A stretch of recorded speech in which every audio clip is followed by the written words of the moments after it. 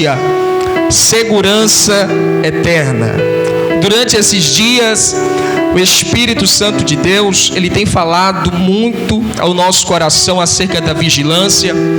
Ontem, na escola bíblica, Deus, ele falou ao nosso coração também acerca da vigilância.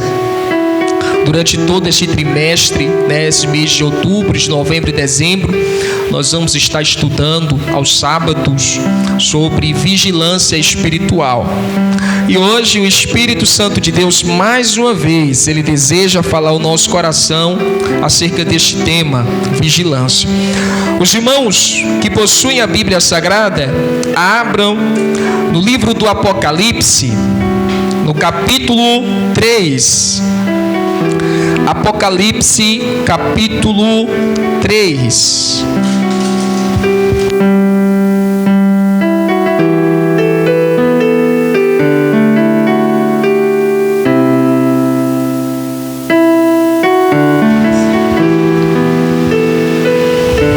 Apocalipse, capítulo 3. É o último livro da Bíblia.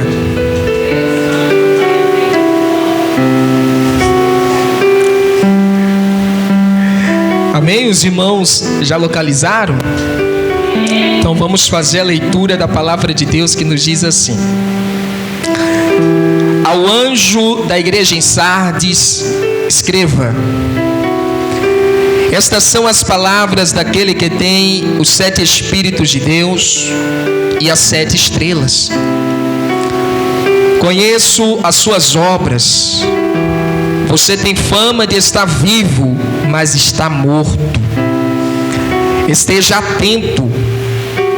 Fortaleça o que resta e que estava para morrer, pois não achei suas obras perfeitas aos olhos do meu Deus. Lembre-se, portanto, do que você recebeu e ouviu. Obedeça e arrependa-se. Mas, se você não estiver atento, virei como um ladrão e você não saberá a que hora virei contra ti. No entanto, você tem aí em Sardes uns poucos que não contaminaram as suas vestes. Eles andarão comigo vestidos de branco, pois são dignos. O vencedor será igualmente vestido de branco. Jamais apagarei o seu nome do livro da vida, mas o reconhecerei diante do meu Pai e dos seus anjos. Aquele que tem ouvidos, ouça o que o Espírito diz às igrejas. Os irmãos conservem a Bíblia aberta, fechem os olhos para agradecermos ao Senhor pela palavra. Pai, muito obrigado por esta palavra, Jesus. Muito obrigado, Senhor Jesus, por ter nos trazido aqui nesta noite para falar conosco, para falar ao nosso coração. Vem com a tua palavra, Senhor, nos libertar, nos transformar. Vem com a tua palavra, Senhor, nos encher da tua presença, nos capacitar para a obra que o Senhor tem nos chamado. Vem com esta palavra, Senhor, curar todos os enfermos, Pai. Vem com esta palavra, Senhor, nos consolar, nos encorajar e nos levantar em nome de Jesus. Amém. Os irmãos que possuem assento, poderem tomá-lo. Queridos, assim como a oração, a vigilância é um princípio bíblico. Interessante que na maioria das menções que o Novo Testamento faz sobre a importância da oração, quase sempre é encontrado naquele texto, naquele versículo, uma ordem para a vigilância. O Senhor Jesus, no Getsêmani, quando sofrendo já as angústias da morte, os sofrimentos da cruz, Jesus, ele levou os seus discípulos e ele foi muito claro com os seus discípulos. Jesus ele disse: vigiai e orai, para que não entreis em tentação. O espírito de vocês está pronto, mas a carne de vocês é fraca. Jesus ele já tinha mostrado aos seus discípulos que a oração era um dever. Só que nesse texto de Mateus, capítulo 26, Jesus ele está mostrando que não só a oração é um dever, como também a vigilância é um dever. E a oração e a vigilância, elas devem andar juntas na vida de um crente que não deseja entrar em tentação. Resultado: os discípulos de Jesus não lhe deram ouvidos. Eles não oraram e também não vigiaram. Qual foi o resultado? Judas já tinha caído anteriormente, tirou a própria vida. Pedro negou Jesus por 3 vezes. Tomé já não acreditava mais na ressurreição de Cristo. E os demais tinham fugido amedrontados. Ou seja, todos os discípulos de Jesus, eles entraram em tentação. E os 11, exceto Judas, só não caíram da graça, porque anteriormente o próprio Senhor Jesus tinha intercedido por eles.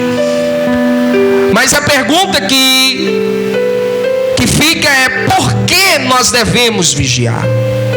Será que é para não perdermos aquela bênção que Jesus nos prometeu através de um profeta? Será que é para não perdermos o cumprimento daquela promessa que Deus nos fez quando Ele usou alguém? Eu acredito que não. É claro que se requer vigilância da nossa parte em todo momento, para nós usufruirmos das bênçãos de Deus.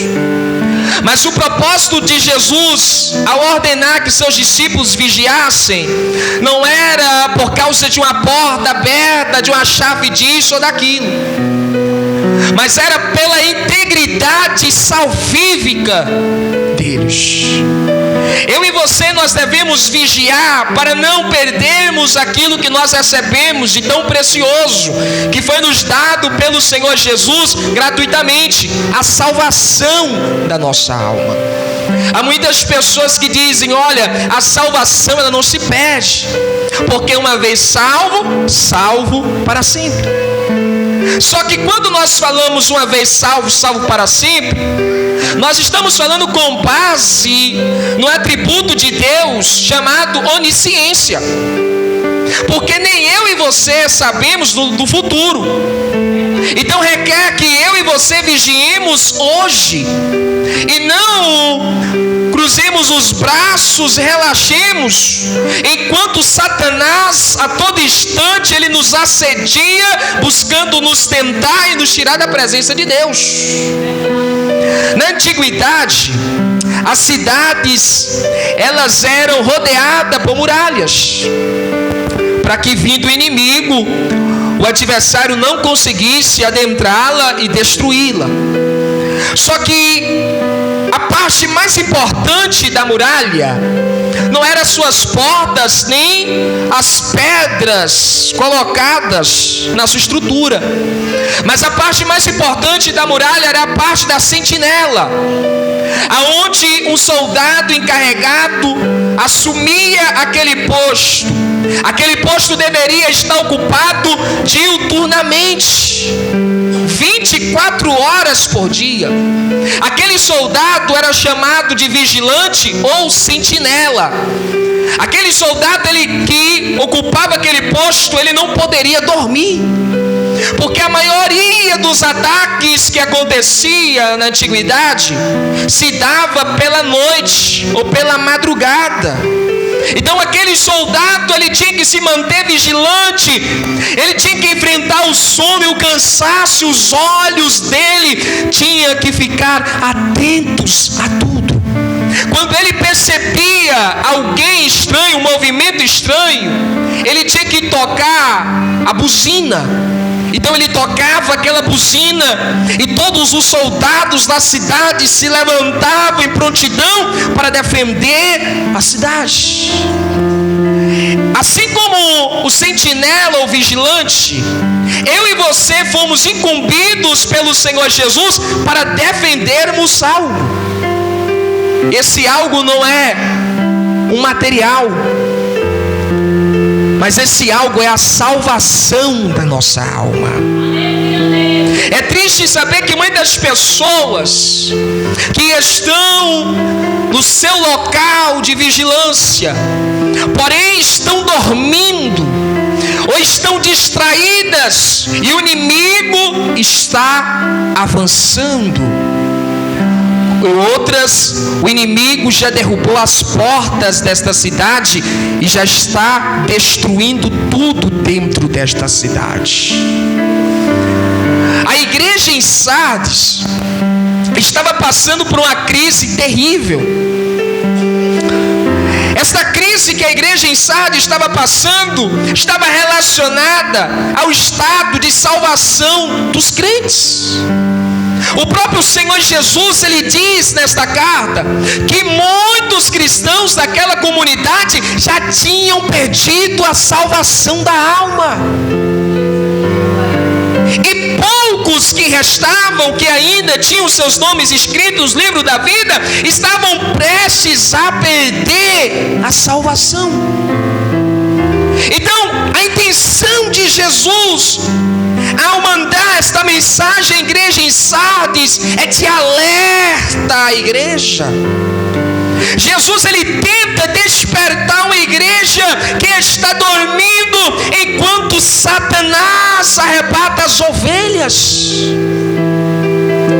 No versículo 1, na introdução da carta, o Senhor Jesus, ele dá uma mensagem inicial aos líderes daquela igreja, porque ele diz assim: estas são as palavras daquele que tem os 7 Espíritos de Deus e as 7 estrelas.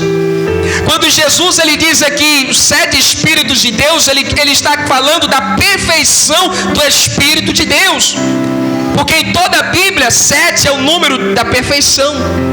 E quando Jesus, ele fala as 7 estrelas, isto aqui já está bem explicado desde o capítulo 1 do livro do Apocalipse, que se refere aos líderes da igreja. Então, quando você analisa e medita, você de um lado observa que Jesus está falando da perfeição do Espírito de Deus. De outro lado, Jesus está falando aquele que possui os líderes da igreja. Logo, você chega na conclusão de que a mensagem de Jesus, a mensagem inicial, é aos líderes daquela igreja. Porque toda aquela crise, aquela situação que a igreja em Sardes estava passando, era em decorrência da irresponsabilidade de seus líderes. Infelizmente, meus irmãos, há muitas igrejas em crise, há muitas pessoas morrendo dentro das igrejas, e a culpa principal é dos seus líderes, que têm tido uma conduta irresponsável. Pastores que não zelam pela integridade das ovelhas. Pastores que olham o curral das ovelhas e vê uma ovelha ferida, uma ovelha precisando ser tosqueada, uma ovelha na boca do lobo, mas eles não estão nem aí. E a mensagem principal, a mensagem primária de Jesus Cristo aqui é aos líderes, é aos pastores, porque eles estavam sendo negligentes e irresponsáveis na obra de Deus. A irresponsabilidade daqueles líderes era tão grande que, não obstante a quantidade de membros daquela igreja, a maioria já tinha perdido a salvação. Imagine só, meus irmãos, 95% da igreja já não tinha o nome mais escrito no livro da vida. Mas a igreja não tinha fechado as portas. Os cultos não tinham parado. As obras não tinham cessado. Aquela igreja estava com as portas abertas. Porém, as pessoas que ali congregavam não tinham mais a salvação. Eu quero ler com os irmãos um texto que está na carta aos Hebreus.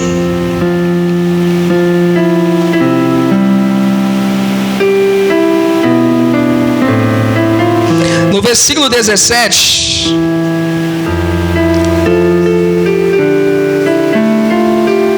Na carta aos Hebreus, capítulo 13, versículo 17. Nesse texto, o escritor,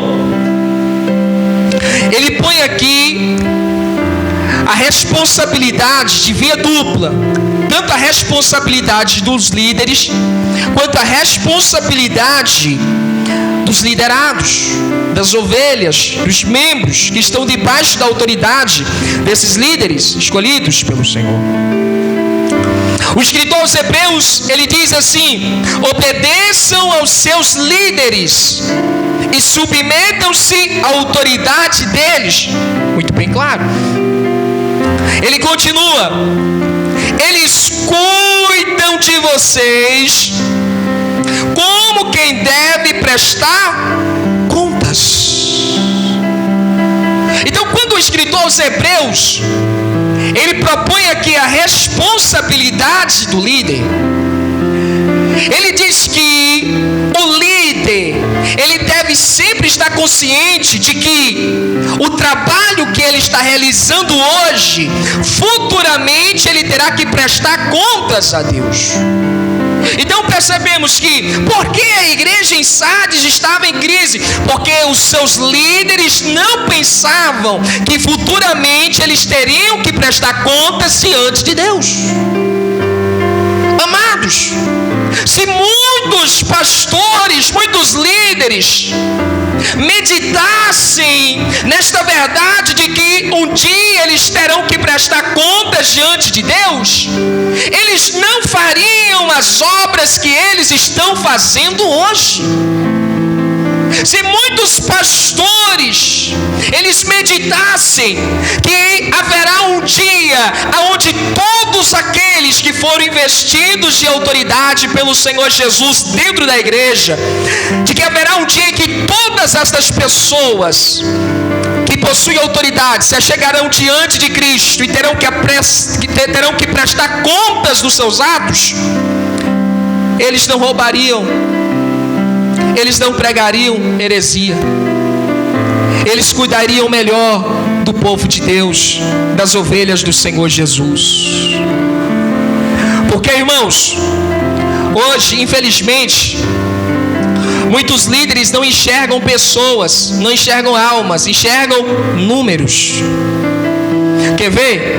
Por exemplo, quando tem poucas pessoas na igreja, o que é que muitas pessoas costumam falar? Ah, irmãos, Deus está aqui, porque Jesus disse que onde tivesse 2 ou 3 pessoas reunidas no nome dele, lá ele estaria. Aí você ouve isso, aí você pensa, não, a pessoa ela quer animar o povo, né, de que Jesus está lá, apesar da pouca quantidade de pessoas, mas não. É porque a preocupação é com números e não com pessoas. Jesus, durante o seu ministério, Jesus ele mostrou que a sua preocupação não era com números, queridos. Porque se Jesus fosse sujeito aos números, Jesus ele não faria a vontade de Deus. A Bíblia nos mostra que em um certo momento Jesus ele pregou sobre o seu sacrifício, de que nós teríamos que comer a sua carne e beber o seu sangue para sermos dignos da salvação. Quando Jesus pregou isso, a Bíblia é clara, a Bíblia diz que a maioria dos discípulos de Jesus abandonaram Jesus. Se Jesus fosse preocupado com números, Jesus iria se retratar.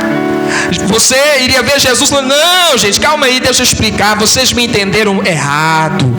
Eu não quis dizer isso, eu não quis ofender ninguém, eu não quis machucar, magoar ninguém. Por favor, eu peço que vocês tenham paciência. Não, Jesus ele entregou a mensagem de Deus. porque ele sabia que apenas a mensagem de Deus revela a vontade de Deus, e a vontade de Deus é que traz salvação aos homens. Porque não adianta nós mudarmos a mensagem, mudarmos o teor das palavras para não chatear as pessoas, para as pessoas não irem embora, para as pessoas não virarem as costas. Irmãos, aprenda a coisa: o nosso trabalho não envolve números, o nosso trabalho envolve almas, envolve pessoas, meus irmãos. Mas só que aqueles líderes de Sardes, eles estavam preocupados com números, porque Jesus diz: você tem fama de quem vive. É uma igreja conhecida na cidade, uma igreja populosa, mas aquela igreja só tinha números, mas não tinha vida, não tinha salvação naquela igreja. O apóstolo Paulo, não foi o apóstolo Paulo que escreveu a carta aos Hebreus, não. O escritor, ele continua, ele dizendo: obedeçam-lhes, para que o trabalho deles seja uma alegria, não um peso, pois isso não seria proveitoso para vocês. O escritor aos Hebreus, ele deixa claro, irmãos, as duas responsabilidades: a responsabilidade do líder e a responsabilidade do liderado. Porque, irmãos, o maior responsável por haver líderes que se importam mais com o número do que com almas, líderes descarados, sem vergonha na cara, que pregam heresias, é o povo. É o povo que é o maior culpado. É por isso que o escritor, ele diz: obedeçam-lhes, para que o trabalho deles seja uma alegria, não um peso. E por que muitos líderes preferem se preocupar com números e com a vontade do povo? Para que não haja esse peso sobre eles. Irmãos, nós chegamos em um tempo em que o número de líderes e de pastores em depressão é altíssimo. Tudo isso por causa do trabalho na obra de Deus. Eles ficam exaustos na obra de Deus, no trabalho na obra de Deus, fazendo sim a vontade de Deus, mas há este peso sobre eles por causa dos seus liderados. Talvez os irmãos aqui que nunca lideraram alguma coisa na obra de Deus, talvez vocês não saibam do que eu estou falando.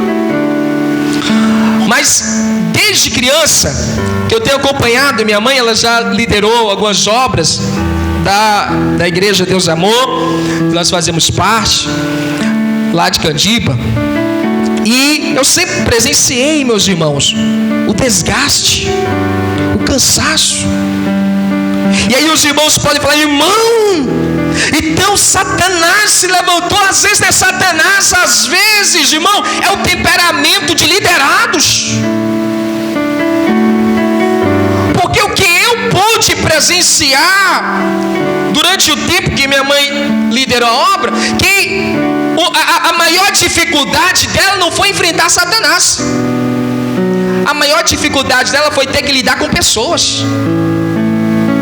Foi ter que lidar com pessoas. Isso traz um peso. E pela graça de Deus, Ele tem me colocado na liderança de alguns projetos, alguns trabalhos na obra dele, e eu tenho presenciado isso. O desgaste, meus irmãos. Quando você vai falar uma palavra, parece que você, meu irmão, está mirando uma arma na cabeça de um irmão para acertar uma maçã que está na cabeça dele. E você tem que mirar assim.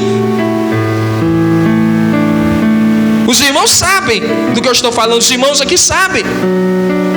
Quantas vezes vezes, meu irmão, para conversar com alguns irmãos, eu gero na minha mente umas 10 versões. Não, vou falar assim, não, se eu falar assim, fulano vai falar isso, vai pensar isso, não, vou falar isso, não, vou falar aquilo, não, vou falar. Aí eu falo naquela versão que eu achei que era melhor, e ainda assim gera problemas.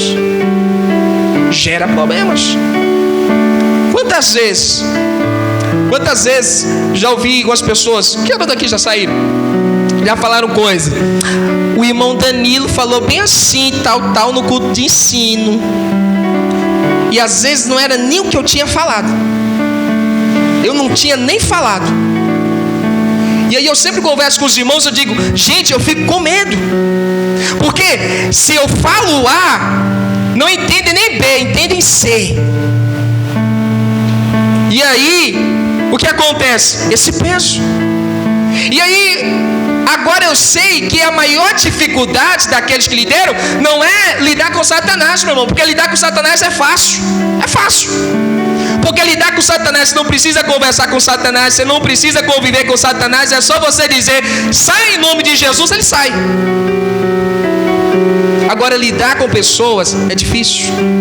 Esses líderes em Sardes provavelmente estavam vivenciando essa experiência, porque a igreja em Sardes não começou dessa maneira em crise, mas a partir do momento que a igreja foi crescendo, os líderes, eles foram percebendo que a mensagem que eles pregavam e ensinavam já não eram mais bem aceitas pelo povo. E aí aqui, meu irmão, se o homem e a mulher que foram escolhidos por Deus não se manterem firmes na presença de Deus, não manterem sempre o contato com Deus por meio da oração e da vigilância, eles cedem à vontade do povo. E os líderes em Sardes fizeram isso, cederam à vontade do povo. É por isso que a primeira mensagem do Senhor Jesus Cristo aqui é isso, meus irmãos. A primeira mensagem do Senhor Jesus é para os líderes que cederam à vontade do povo por causa da pressão.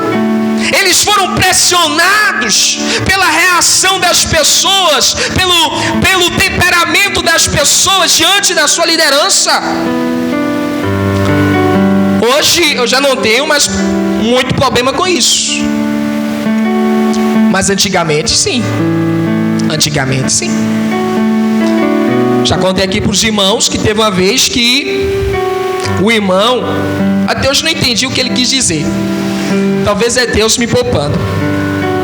Que ele falou umas coisas assim, disse que eu tinha falado tal aqui na igreja, que eu passei uma noite inteira sem dormir, pensando. Oh Jesus, será que eu fiz isso, aquilo? Mas hoje não. E é difícil para os irmãos que ainda irão percorrer este caminho. Eu vou dar um spoiler para vocês. É difícil, viu, irmãos? É difícil. Vai ter momentos que vocês vão querer desistir, viu? Vai ter momentos que vocês vão querer fazer tanta coisa. É difícil. Mas se nós conservarmos a oração e a vigilância deste lado, nós vamos conseguir andar com Cristo, nós vamos conseguir enfrentar esta situação. Mas é difícil. É difícil. E o Senhor Jesus Cristo, Ele continua dizendo, no capítulo 3 do livro do Apocalipse: conheço as suas obras. Você tem fama de estar vivo, mas está morto. Irmão, e a pior desgraça dessa igreja em Sardes era isso. Eles tinham perdido a salvação, mas não tinham percebido que tinham perdido a salvação. Então era uma igreja cheia de pessoas que pensavam que estavam salvas, mas não estavam salvas. E aí, como é que resolve essa situação? Porque sempre quando Satanás ele vem ao nosso encontro, ele nos tenta. A intenção de Satanás, como eu falei ontem na escola bíblica, é não deixar que eu e você percebamos que perdemos a salvação. É por isso que você vê muito crente que a vida dele não está diante de Deus da maneira como deve ser. Ele nem tem mais um nome escrito ali da vida, mas para ele acredita que tem. Ele acredita que tem. É por isso que Jesus ele diz: conheço suas obras. Pronto, você tem fama de estar vivo, porém você está morto.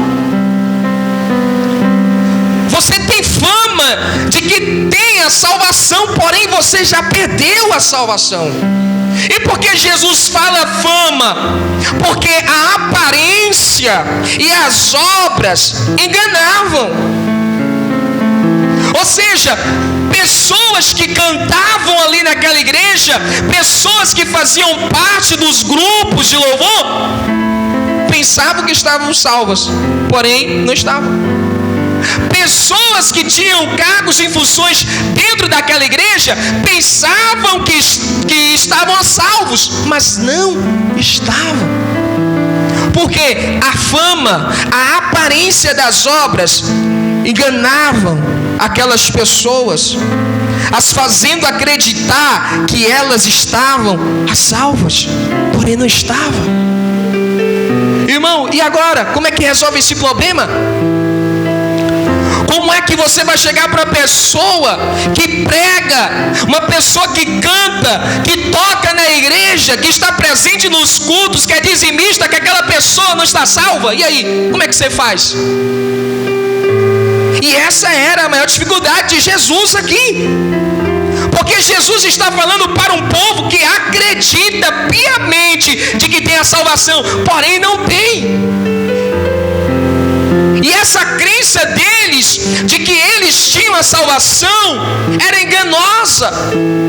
Porque eles tinham aparência e produziam obras, mas essas obras não mostram o estado salvífico da pessoa. Obras não é um aferidor de salvação de ninguém. Ninguém é salvo porque está cantando bem, irmãos.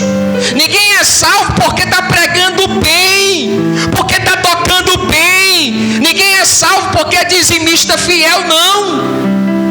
E muitas vezes estas obras, essa fantasia enganam muita gente. E às vezes esta pessoa está dentro da igreja, está sem vida, está sem salvação e não percebe. Então, o propósito de Jesus aqui era fazer eles reconhecerem: olha, vocês não estão salvos, vocês precisam voltar imediatamente. E Jesus não está falando aqui de pessoas que saíram da igreja, Jesus está falando de pessoas que faziam parte daquela comunidade. Isso aqui, meu irmão, é para uma reflexão minha e sua. Será que nós estamos salvos? Será que temos a salvação? O apóstolo Paulo, eu quero ler com os irmãos na sua segunda carta aos Coríntios, no capítulo 13, no versículo 5, segunda carta de Paulo aos Coríntios, capítulo 13, versículo 5.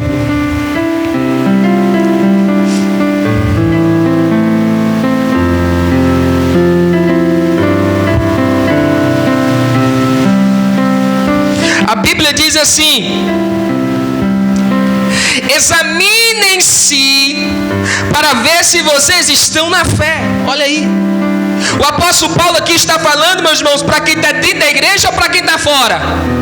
Para quem está dentro. E ele está dizendo: examinem-se. Aqui é um exame profundo que eu e você temos que fazer. Porque como eu vou chegar, meus irmãos, como eu disse anteriormente, como eu vou chegar para uma pessoa que é dizimista fiel, que vai todos os dias no culto, uma pessoa que canta, uma pessoa que está ali pregando, uma pessoa que às vezes faz 1, 2, 3 horas de oração? Como eu vou chegar para essa pessoa e dizer: você não é salva? E esse não é o meu papel, não é o seu papel. Porque o que a Bíblia diz é o que? Examinem-se, façam um autoexame. Esqueça as obras que você está fazendo, porque estas obras, meu irmão, elas, a maioria das vezes, são enganosas. Elas não mostram a realidade da nossa vida. Quantas pessoas estão pregando e vidas se arrependendo, e esses pregadores estão no adultério? Quantas pessoas estão cantando e as pessoas sendo batizadas no Espírito Santo, e esses cantores estão nas drogas e nas bebidas alcoólicas? As obras, elas não conseguem, elas não têm o poder de revelar o nosso status ao vivo. Eu estou falando de obras, de poder, não tem. É por isso que o apóstolo Paulo diz: examine-se para ver se vocês estão na fé, provem a vocês mesmos. Não percebem que Cristo Jesus está em vocês, a não ser que tenham sido reprovados? Irmãos, observem, o apóstolo Paulo, ele faz uma pergunta. Ele diz: vocês não percebem que Jesus está em vocês? O apóstolo Paulo, ele não diz: gente, examina aí se vocês estão na fé, vê aí se o dízimo de vocês estão em dia, vê aí se vocês estão pregando bem, vê aí se vocês estão cantando na nota, na afinação. Não, ele diz: vocês não percebem se Cristo está em vocês? Eu pergunto aos irmãos: Cristo está em vocês?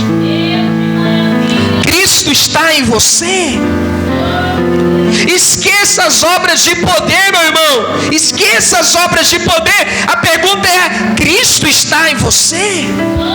Pelo exame que você fez, Cristo está em você?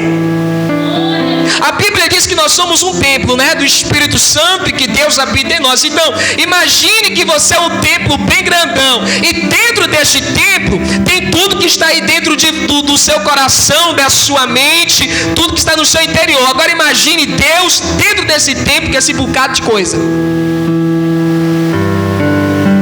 Você acha que Jesus, ele entrou nesse teu templo aí e ele ficou lá junto com esse bocado de coisa?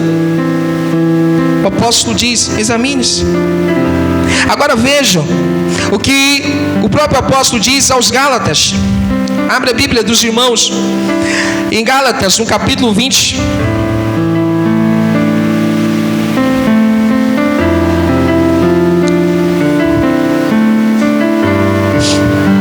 Gálatas capítulo 2, versículo 20.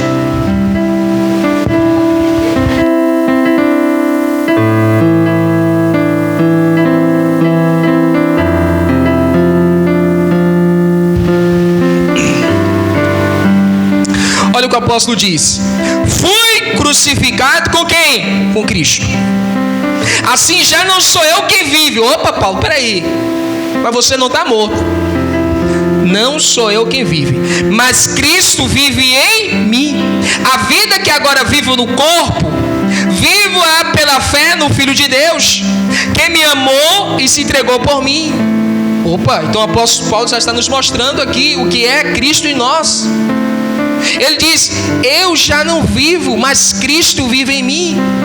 O campo de atuação, o poder de atuação de Jesus é tão grande que eu já não tenho mais poder sobre as minhas atitudes, sobre os meus pensamentos. Os meus pensamentos são os pensamentos de Cristo, os meus sentimentos são os sentimentos de Cristo. Isto é que está na fé. Amados, até hoje ecoa em mim um tema de um livro que diz assim: o que faria Jesus em seu lugar? Até hoje, sempre quando eu vou fazer algo, me ecoa na mente: o que faria Jesus no seu lugar? Sempre. E isto deve ser algo recorrente na vida dos irmãos. O que faria Jesus no seu lugar? Porque, opa, se eu fui crucificado e agora eu já não vivo, mas há alguém que vive em mim, então as minhas atitudes, o meu andar, já não são propriamente meu. É de quem? De Jesus. Opa, se eu olhar para você, eu tenho que saber: você está morto, você já está crucificado, mas está vivo. Mas por que está vivo? Porque Cristo vive em você. Então, se eu estou olhando para você, a sua vida tem que refletir perfeitamente a vida de Cristo. Assim eu sei se eu estou salvo ou não. Assim eu sei se Cristo realmente vive em mim. Você acha que Jesus faria as mesmas coisas que você faz? Se Jesus estivesse no seu lugar, Jesus faria igual você faz? Você faria? Igual Jesus faria, será? Esses dias aconteceu uma situação comigo. Eu já tinha meditado na palavra de Deus. Eu tinha meditado, no Sermão do Monte. E aí aconteceu a situação, irmão, que eu fiquei muito nervoso com a situação. Eu fiquei indignado. Absurdo. Fiquei indignado, E aí eu peguei o celular, fiquei indignado. E aquela indignação, escrevi aquele texto. Mas aí aquela voz ecoou na minha mente: o que faria Jesus se fosse você? E eu me imaginei Jesus escrevendo aquele texto naquela mesma situação. Falei, não tem como. Jesus não faria uma coisa dessa. Jesus não faria. Eu fui lá, apaguei, coloquei a pontuação certinha. Foi de um aplicativo. Uma coisa que aconteceu com um aplicativo, com a pessoa de um aplicativo. E aí eu não quero mexer com isso, não. Eu até contei para as irmãs aqui, e parece que teve algumas irmãs que não pensaram o mesmo que eu. O quê? Não acredito, não. Você tinha que abrir a boca. Não, você não poderia ter deixado uma absurda. Se fosse eu ia abrir a boca, não. Eu falei, pera, eu já meditei, eu já alimentei da palavra, e agora eu não posso fazer isso, porque isso não combina com o caráter de Jesus Cristo. É melhor sofrer o dano do que eu perder a minha salvação, do que eu perder a minha posição salvífica com Cristo. Então aquela igreja, ela precisava olhar para si mesma e parar de olhar para as obras. É tanto, meus irmãos, que Jesus incita a atitudes daquela igreja, porque não vem ao caso. Porque durante as cartas anteriores, Jesus ele diz: eu conheço a tua perseverança, eu conheço o teu amor, eu conheço isso, eu conheço aquilo. Mas aqui Jesus ele diz: eu conheço as tuas obras, ponto final. Não quero falar de suas obras, porque não importa mais. Não importa. O que eu quero falar é da salvação de vocês. Eu quero que vocês reflitam, eu quero que vocês examinem-se a vocês mesmos. Porque eu virei como ladrão, e vocês não saberão que dia eu vou vir ao encontro de vocês. Irmãos, vocês já pararam para pensar que por falta de vigilância, por ausência de autoexame, nós perdemos a salvação? E aí, como nós vamos chegar diante de Cristo? As irmãs que estão aqui, as irmãs que fazem parte do grupo de Senhora, como você vai chegar diante de Cristo? Deus, lembra lá na terra, eu cantava no grupo, eu cantava afinado, eu cantava até alto para ajudar as irmãs. Jesus, olha, não é sobre obras, não, é sobre eu viver em você. Aparta que eu nem conheço você. Imagine só, meus irmãos que estão aqui, que manuseiam os instrumentos, aí tocam bem aquela coisa. Imagina só se por falta de vigilância e descuido vocês se perdem, caem da graça. Como vai chegar diante de Cristo?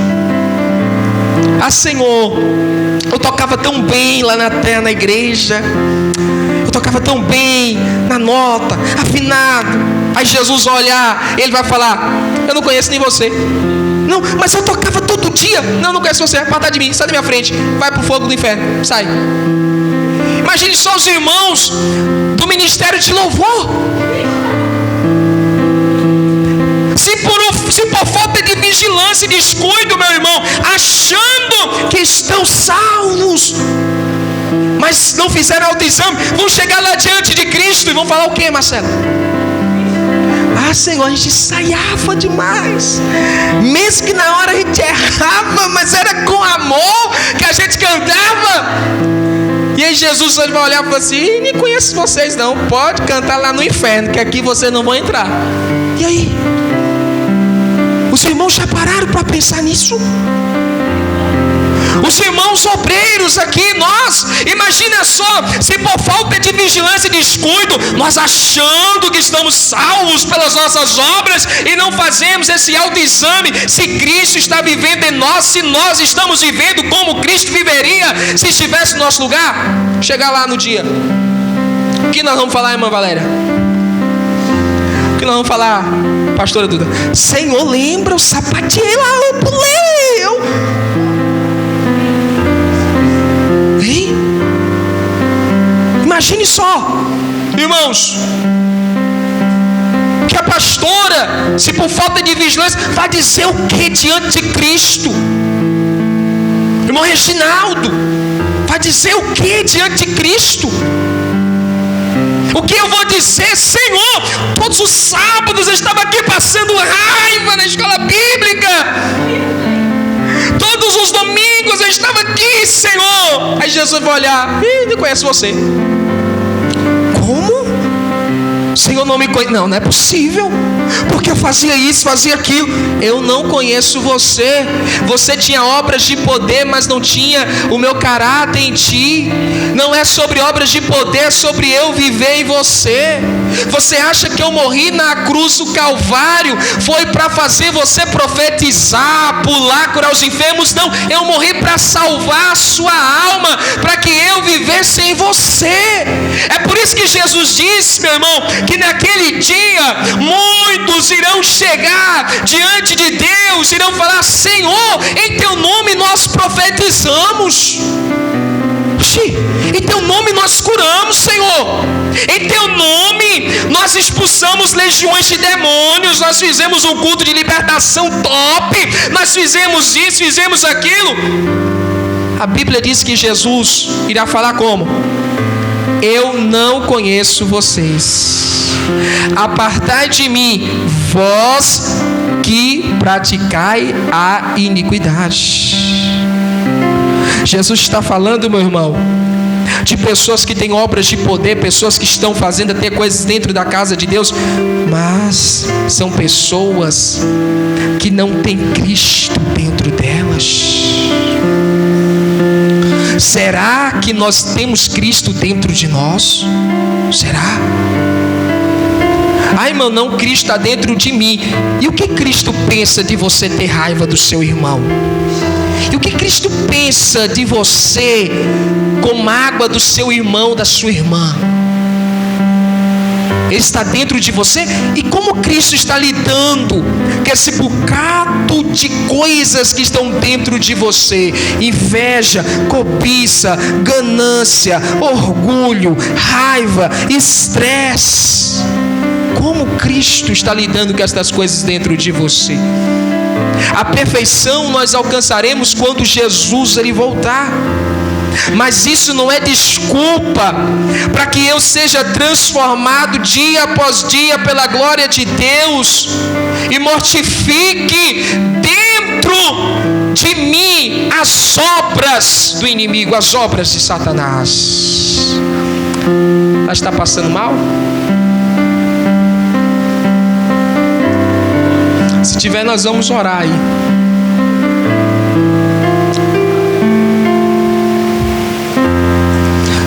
Se tiver, nós vamos orar.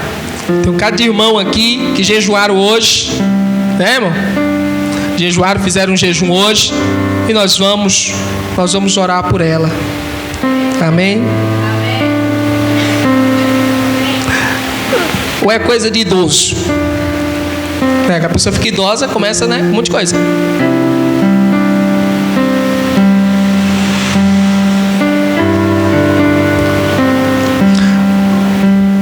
Leva ela lá para tomar um ar.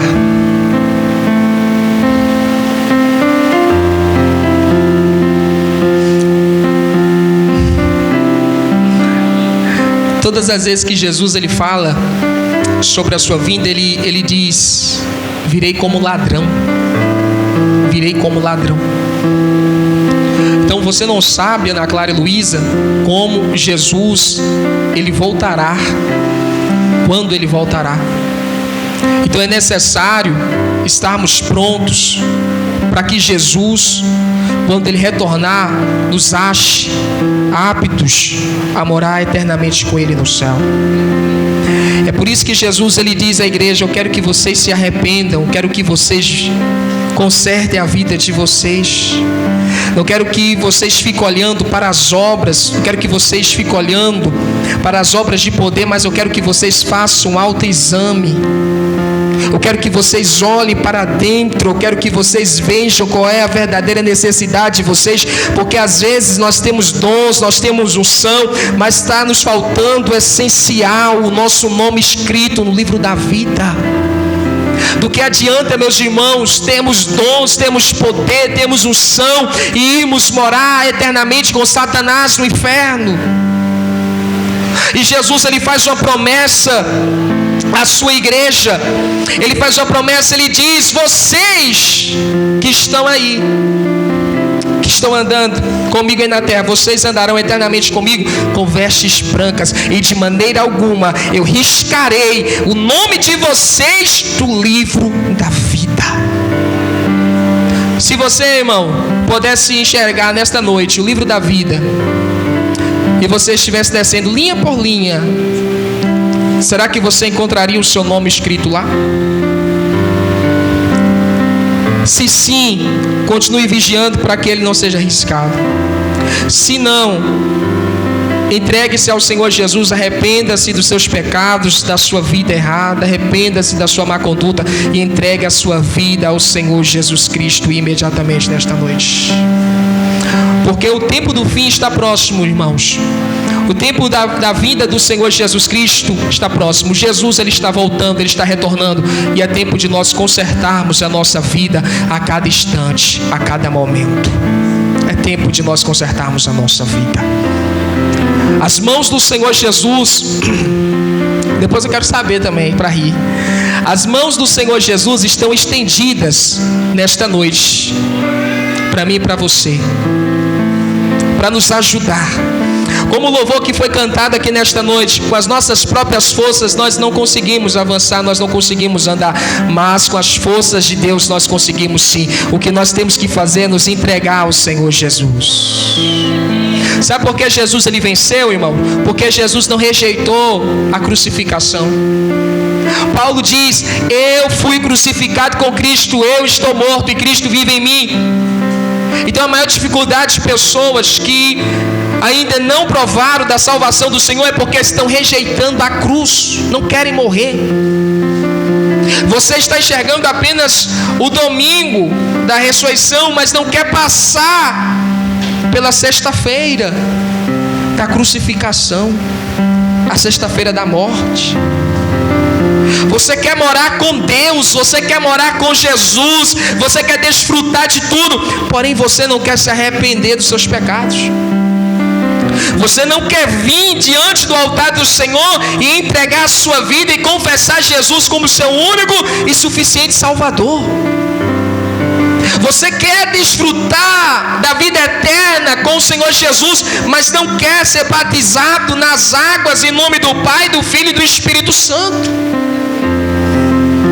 Você quer sim os bens que Deus irá lhe oferecer lá na eternidade, mas você não quer abandonar amizades mundanas, costumes mundanos hoje. Você não quer renunciar a planos e projetos que não foram escritos pelo dedo de Deus. Então você olha, você fica fascinado com o céu te fascina, não é? A Nova Jerusalém te fascina, as ruas de ouro te fascinam, mas você se esquece do mais importante, que é a presença de Deus, a presença de Jesus.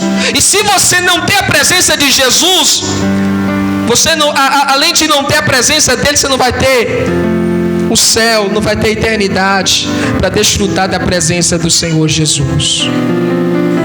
Então o Senhor Jesus, Ele fala ao nosso coração nesta noite. O nosso Senhor Jesus Cristo, Ele fala ao meu e ao seu coração, para nós nos mantermos alertas e vigilantes, irmãos. Mantermos alertas e vigilantes. Houve um equipamento de defesa militar desenvolvido em 2007. Uma parceria entre Israel e os Estados Unidos. Foram gastos mais de 200 bilhões de dólares. Esse equipamento ele foi testado desde 2007 até 2014, se não me engano. E o poder de proteção desse equipamento é de 94%. É chamado domo de ferro. Este equipamento consegue proteger a cidade de todo míssil e bomba. 94% de eficiência na defesa contra mísseis e bombas. Neste sábado, os irmãos acompanharam que a nação de Israel ela foi atacada. A nação de Israel ela foi bombardeada por cerca de 5.000 mísseis, 5.000 bombas. Ela foi atacada pela madrugada, não foi de dia, na madrugada. Atacada por terra e atacada por ar. E aquele equipamento tão caro, aquele equipamento tão bom, tão eficiente, não conseguiu defender aquela cidade. Pessoas morreram, pessoas foram sequestradas, como os irmãos estão acompanhando nos noticiários. Aquele equipamento não conseguiu. Porque vidas se perderam. Aquele equipamento está em funcionamento, salvo engano, desde 2014. Sempre conseguiu proteger, sempre. Mandava a bomba aqui, que fosse, ele conseguia defender, era o domo de ferro. Mas por causa de um dia, de uma madrugada, em que aquele equipamento não funcionou, o inimigo entrou por terra, o inimigo mandou bombas pelo ar, e aquela nação, ela foi surpreendida. Foi surpreendida. E eu fiquei, hoje eu estava vendo um noticiário, o especialista ele estava falando que inclusive aqueles terroristas, eles ficaram surpresos. Como eles, com pouco poderio militar, conseguiu fazer um estrago tão grande em uma potência militar. Eles disseram assim: nós planejamos isso durante meses. E nós ficamos impressionados que a agência de inteligência deles, que é uma das melhores do mundo, não conseguiram prever o nosso ataque. E ficamos mais impressionados pela facilidade que nós entramos e jogamos as bombas. Nós não pensávamos que iria ser tão fácil assim. Você já pensou que Satanás ele tem planejado a sua desgraça, a sua ruína durante meses? E ele só está esperando, meu irmão. Talvez você possa me dizer: meu irmão, estou vigiando. Mas ele só está esperando uma madrugada de vacilo, meu irmão. Ele só está esperando a madrugada em que você não está vigilante, em que você não está em alerta, para ele enviar suas setas, ele enviar suas tentações e te tirar da presença de Deus sem que você perceba nada. Assim como aconteceu com a nação de Israel. Você não percebe as tramas do inimigo. Você não percebe o inimigo recebendo bombas, armas. Você não percebe o inimigo avançando na madrugada. Você não percebe o inimigo armando as suas bombas e dizendo: no 3 nós vamos atacar e vamos tirar ele da presença de Deus. No 3 nós vamos atacar e vamos tirar ela da presença de Deus. Sem que eles percebam. E quando eles perceberem, nós já estaremos levando cativos. Irmãos, são cenas aterrorizantes. Pessoas sendo sequestradas, levadas embora. E aquela potência militar de mãos atadas, porque faltou vigilância. Assim acontece comigo e com você, se nós não nos mantermos alertas e vigilantes. Se nós apenas ficarmos olhando, custou bilhões de dólares isso aí. Custou muito caro isso aí. Não tem como me invadir, não tem como não. É muito bom isso aí. Não tem como invadir não. Todo mês eu estou devolvendo meu dízimo. Não tem como não. Não tem como não, porque eu estou participando ali da escola bíblica, eu estou participando do culto de ensino, eu estou cantando no coral da igreja. Não tem como, inimigo. O o inimigo sorrateiramente, ele planejando. E Satanás, ele não tem pressa. Pressa para quê? Ele já está condenado. Ele não tem pressa. E ele vai planejando, e ele vai atacando sorrateiramente. Você não percebe. Daqui a pouco não resta mais nada de Deus em você. Não resta mais nada da presença de Deus em ti, meu irmão.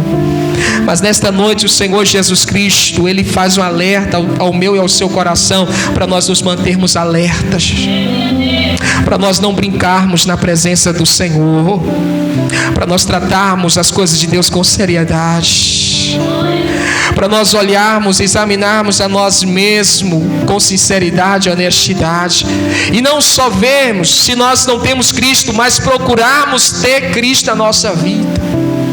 Porque tem crente que ele sabe que ele não é salvo, mas o que ele faz para mudar isso? Nada. Então Cristo não quer isso. Ele quer que você se examine e você veja: eu estou em você? O seu nome está escrito aqui no livro da vida? Não? Então vamos resolver isso. Se arrependa dos seus pecados, confesse o meu nome como seu Senhor e seu Salvador. Seja batizado em águas em nome do Pai, do Filho e do Espírito Santo. Firme-se na minha presença, obedeça a minha palavra, viva em retidão e corretamente diante de mim, e assim a situação vai se resolver. Irmãos, eu peço a vocês que fiquem em pé neste momento, em nome do Senhor Jesus. Quero que vocês fiquem em pé neste momento, em nome do Senhor. Quero que você, meu irmão, que nesta noite Deus lhe passou, esta informação de que o inimigo está trabalhando para te tirar da presença de Deus. Talvez o inimigo já se aproximou bastante, mas eu convido a você nesta noite para nós orarmos a Deus, pedir ao Senhor que nos ajude nesta caminhada, pedir ao Senhor que nos ajude a corrigir a nossa vida, a nos entregar aos pés de Cristo, aos pés do Senhor. Quero que você feche os teus olhos em nome de Jesus. Senhor nosso Deus e Pai, Jesus, o Senhor conhece o nosso interior, o Senhor conhece o profundo escondido da nossa alma, o Senhor conhece a nossa vida, o Senhor conhece tudo sobre nós, Senhor. Ó Deus, nós te imploramos, te suplicamos, segure nossas mãos, Jesus. Porque não é tempo, Deus, de nós brincarmos, não é tempo, Senhor, de nós vacilarmos. É tempo, Senhor, meu Deus, de nós permanecermos na Tua presença. É tempo, Senhor Jesus, de nós permanecermos contigo. É tempo, Pai, de deixarmos o Senhor viver em nós. Em nome do Senhor Jesus Cristo, Pai, nesta noite renova-nos, Pai, nesta noite aviva-nos, nesta noite segura em nossas mãos, porque precisamos de Ti, precisamos do Senhor Jesus. Amém, irmãos. Amém.